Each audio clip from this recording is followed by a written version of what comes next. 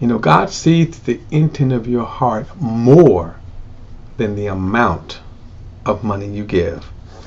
Let's read. He looked up and saw the rich dropping their offerings into the temple treasuries. He also saw a poor widow dropping in 2 tiny coins. I tell you the truth, he said, this poor widow has put in more than all of them. For all of these have put in gifts out of their surplus, but she, out of her poverty, has put in all she has to live on.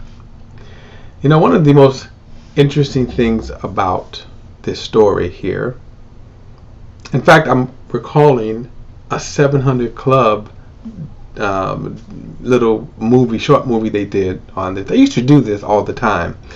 And they did one on this particular story. I'm talking about a few decades ago now. And what they had was, of course, you had the temple complex, and you had Jesus watching as the rich and the nobles were putting in like bucketfuls, treasure chests full of coins. And then you see this old woman who had the 2 coins. And by the way, the 2 coins today don't even amount to a penny in our economy.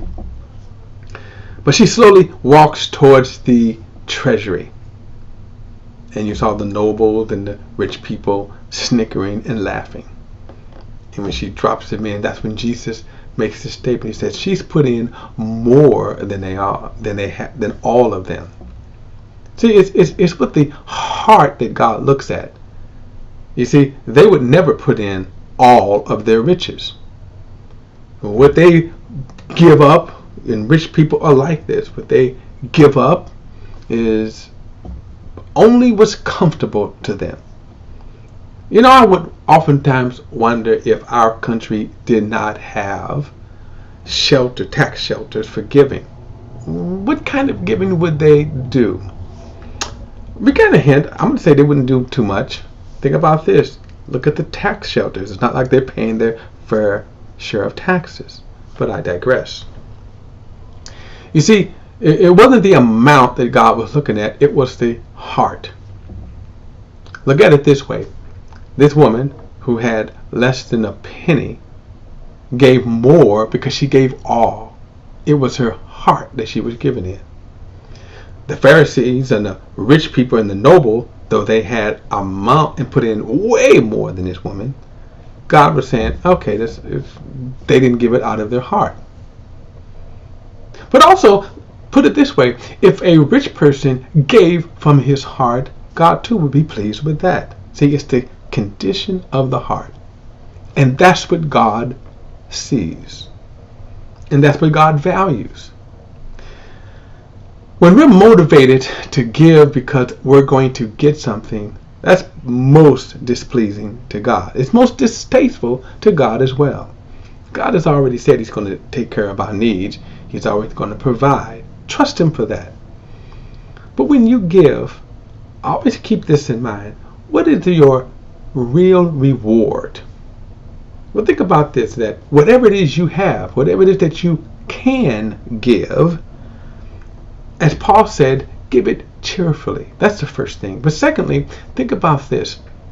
Your reward for giving is, let's say, for example, when you give to the Red Cross and some of these other charitable gifts, what is the reward?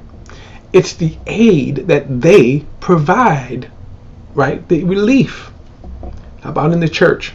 When you give to ministries, for example, when you give to a church, what is your reward? Well, your reward is your money, no matter how small or no matter how large. Remember, God sees the heart. But when that pastor, that faithful pastor, shepherds and matures and grows people in the faith, that's a reward.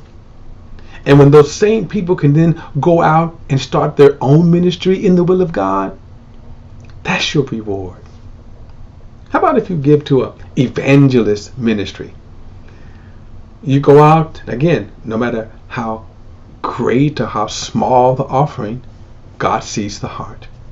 But your reward is, think about this, the souls that they save.